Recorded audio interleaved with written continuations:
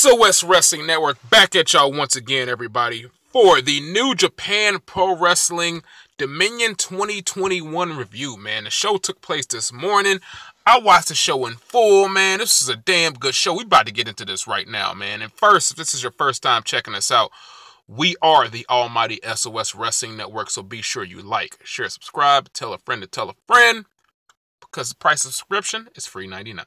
So, this show started off with Hiromu Takahashi opening the show to say he'll be back from his injury soon and will go after his junior heavyweight title. I'm always down for more Hiromu, but I'd love to see him in a never open weight picture, to be 100% honest. Hell, if they want to even switch it up, I'd love to see him in a U.S. title picture. That'd be cool too. But that's kind of a stretch. At the meantime, between time, I would love to see him in an interim challenge for the never open weight title. It is open weight after all, goddammit. So, first match we had on the show, excuse me as I'm still in my car, we had Chase Owens, El Phantasmo, Taiji Ishimori, Yujiro Takahashi versus Hiroki Goto, Hiroshi Tanahashi, Sho, and Tomohiro Ishii and Yoshihashi right here. So, in my opinion, it's so weird to see Tanahashi in the opener on a huge show like this. For the most part, this was built as a standard New Japan Pro Wrestling multi-man tag team match, but it had a bit more energy to it than usual. Maybe these guys were pumped up for it being a notable show. Some of the exchanges lacked, like Evil against Yoshihashi, but the guys who usually did deliver, they did. We saw, let's see what we got here. My favorite parts, we got, actually, we have Ishii, Tanahashi, Sho, Ishimori. They all were on point in this match, in my opinion. My favorite part saw Ishimori and Sho going at it here, which made sense given there are two of the best of the best junior heavyweights on the roster. The finish saw Ishimori put down Sho with a bloody cross. 11 minutes and 50 seconds. This is a great way to start the show off, if you ask me. This sets something up for Ishimori. Post-match looks to be like Evil, Yujiro, and Togo are going to go after the Never titles, which sounds putrid if you ask me. But it tells you how bad the Evil main event experiment has kind of been in the last year. If they actually would have put something into it, it probably could have been way better. But as we all know, they didn't put much into it. So, leaves us here where we are. The next match is a match I was very much looking forward to. We had Bushi, Sonata, and Tetsuya Naito of Los Ingobernables de Japón versus the Dangerous Tekkers and Doki of Suzuki Gun right here. So we all know the tag team division has kind of been, ho-hum, whether it be heavyweight or junior heavyweight. But goddamn, if a Sonata, Naito, and Taiji, Zack, Sabre Jr. match doesn't sound super awesome right here. Sonata as a top guy feels like it's failed at this point, and as we all know, Tetsuya Naito needs something fresh to do right now, so I'm here for it. We got more tag stuff here with the focus on the tag match that I'm interested in, which is something I can actually just highlight here. I was hooked right here. I like how the four had a standoff in the ring as the junior heavyweights were outside. They really showed who mattered in this match, to be honest. Sonata and Naito worked great together. I thought that was a really good touch. I like the banger tag match. They had it in Rev Pro, I think was it 2016. They tagged together. It was pretty solid. Surprisingly, the finish did not involve one of the junior heavyweight guys taking a pin. Instead, Sonata used an interesting pin bridge to win the exchange against Zack Sabre Jr. in about 11 minutes and 31 seconds. Quality wrestling that sets up something going forward, That's kind of what I want from all these New Japan multi-man undercard tag matches. That's really all you can ask for right here. The next match we have for the IWGP Junior Heavyweight Championship, we have the champion El Desperado attempting to defending his title against one half of the IWGP Junior Heavyweight Tag Team Champions, Yo of Roppongi 3K. I love El Desperado as champion, and I'm glad he's finally getting the shine. Yo, in some people's minds, maybe not my mind, because I view both of these guys as truly equal. Yo is the lesser of the Roppongi 3K tag team, but that still doesn't mean he's not good here. I like Yo doing an Okada style, breaking the ropes only for Desperado not to be about that life and just take a cheap shot right here. He's a good heel, even if we love Desperado. He's a great heel. Desperado pulled a page out of Tanahashi's playbook by going after the leg relentlessly right here. Likely looking to set up a stretch muffler.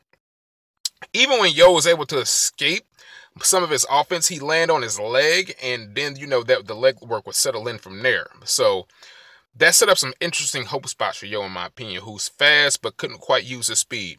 Yo retaliated with his own leg work here, and he got a calf killer submission. Things picked up intensely late with the strike exchange. Yo came close with the flash pin of a 2 count, but Desperado had worn him down too much. The champ hit him with a Peninche Loco at 23 minutes, 40 seconds. A great match that told a simple yet effective story without going too long. This match was excellent stuff here.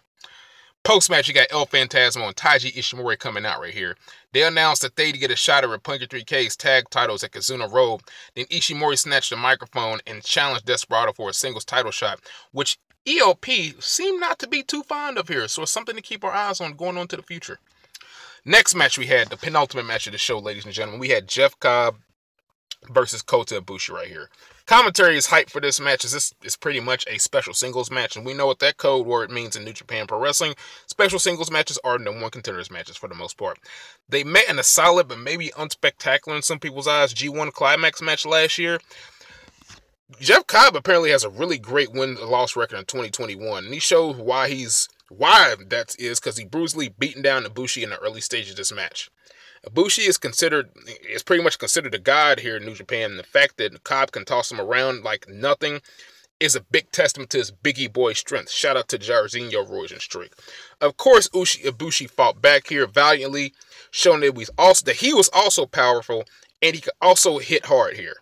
One thing I love about this match is Ibushi can still bust out the athletic stuff and a hard hit when his hard-hitting antics are failing here. When his deadlift German suplex was blocked, he pivoted to a top rope hurricanrana. Cobb retaliated with an F5 that looked more like an F100 or something, if you ask me. He spun the hell out of Ibushi on that move. To add to it, Cobb had his own Kabe-Goya knee strike that looked like it knocked Ibushi flush out. Then in the end, it looks like Cobb's tour of the islands was countered. Ibushi fired up a Kamigoye strikes to win at 14 minutes and 54 seconds. This is what I wanted more from them from the G1 match. This was completely better right here. Cobb looked like a monster. It's great to see Ibushi fight from behind again. And like I said, Cobb looking like a monster after a sluggish start, picking things up in New Japan is Jeff Cobb. So now, main event time, goddammit. We have for the IWGP World Heavyweight Championship, we have Kazuchika Okada taking on Shingo Takagi right here. New Japan has had the chance to either do something fresh and new right here with maybe putting a belt on Shingo Takagi, which they are in dire need of, or they can pull a classic ghetto move and go back to the status quo of Kazuchika Okada. In last year's G1 Climax, Okada beat Shingo, damn good match, but the score was evened up here in the New Japan Cup in 2021.